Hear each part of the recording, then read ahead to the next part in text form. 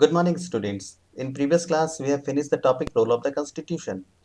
I hope all of you have completed your homework related to the topic. Right now, I am going to start the next chapter of civics, which is the Constitution of India. Okay, the Constitution of India. Bharat का संविधान. The basic laws or rule of a country is known as Constitution.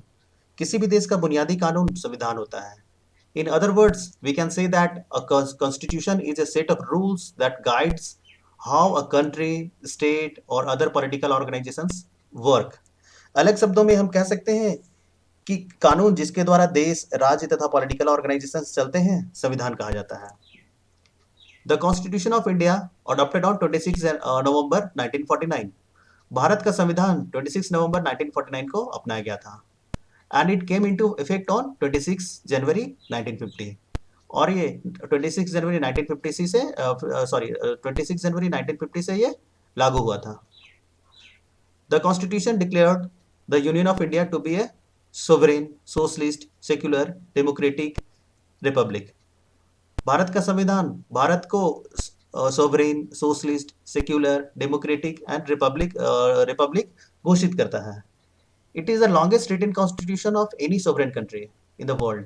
यह दुनिया के किसी भी संविधान से सबसे बड़ा लिखित संविधान है. Originally containing 395 articles, 22 parts and 8 schedules. मूलतः प्रारंभिक रूप से इसमें 395 articles, 22 parts और 8 schedules थे. Now we move forward and know about the preambles. Preamble, that means प्रस्तावना. India's constitution began with an opening statement or introduction called preamble. Bharat का संविधान जिस ओपनिंग स्टेटमेंट से शुरू होता है उसे प्रियम्बल कहा जाता है. Let us try to understand the significance of some of the expressions used in preamble. हम लोग जानेंगे कि संविधान में किन मूल बातों पर ध्यान दिया गया है, प्रियम्बल में किन मूल बातों पर ध्यान दिया गया है.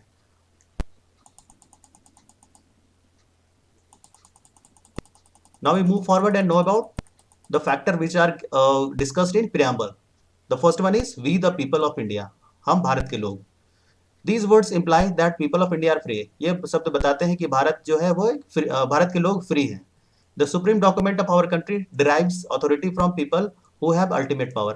यह बताता है कि भारत की जनता के पास ही सर्वशक्ति है.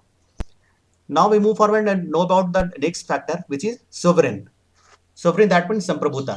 Now we have to know about what is sovereignty. India is a sovereign nation. Bharat एक संप्रभुता वाला देश है. It implies that it has right to take its own decision. यह स्वतंत्र है अपने मामलों में निर्णय लेने के लिए.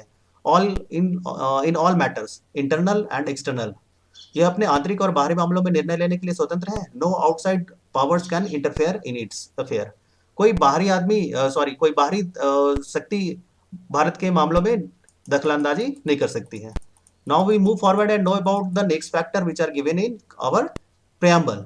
The next factor is socialist. Socialist, that means समाजवाद. India's constitution give everyone equal opportunity.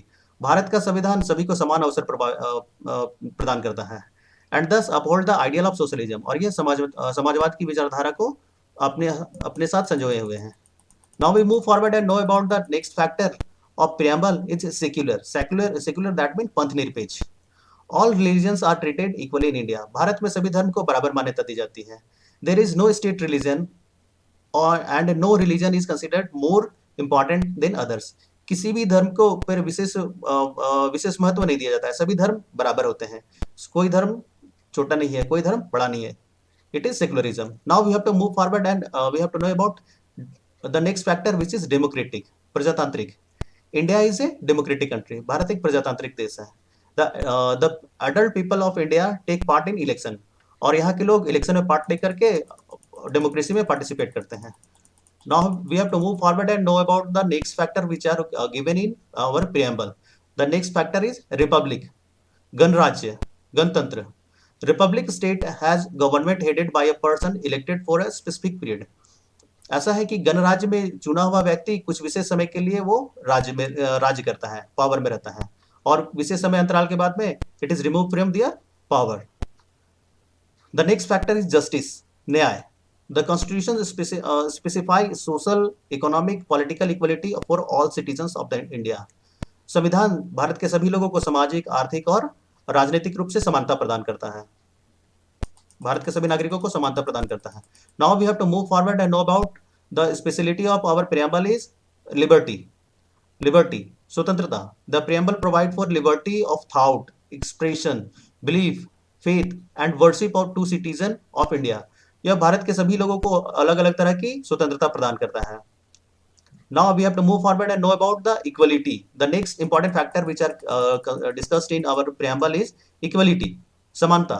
The preamble provides a right, equal status of and opportunity to all citizens. यह भारत के सभी लोगों को समान अवसर देता है. Without any discrimination, बिना किसी भेदभाव के. All people are equal before law. There is no people above the law. Bharat में सभी लोग कानून के बराबर है, कोई कानून से ऊंचा नहीं है. The next important factor which are discussed in our preamble is fraternity. That means brotherhood. देखते हैं क्या है. Within India, there are different group of people who diverse in many aspects. Bharat में अलग अलग तरह के लोग रहते हैं, अलग वेशभूषा, भाषा और धर्म वाले लोग रहते हैं, तो इसमें कॉन्फ्लिक्ट होने की संभावना है. To ensure that they all live in harmony as one nation. तो यहाँ पर फ्रैटर्निटी हम लोग को बताता है कि भाई हम लोग को सभी को भाईचारे के रूप में मिलजुल करके साथ में रहना है. Okay, now we have finished our topic, the Constitution of India. I hope you will understand the topic. And for homework, click PDF link given in school app. Thank you.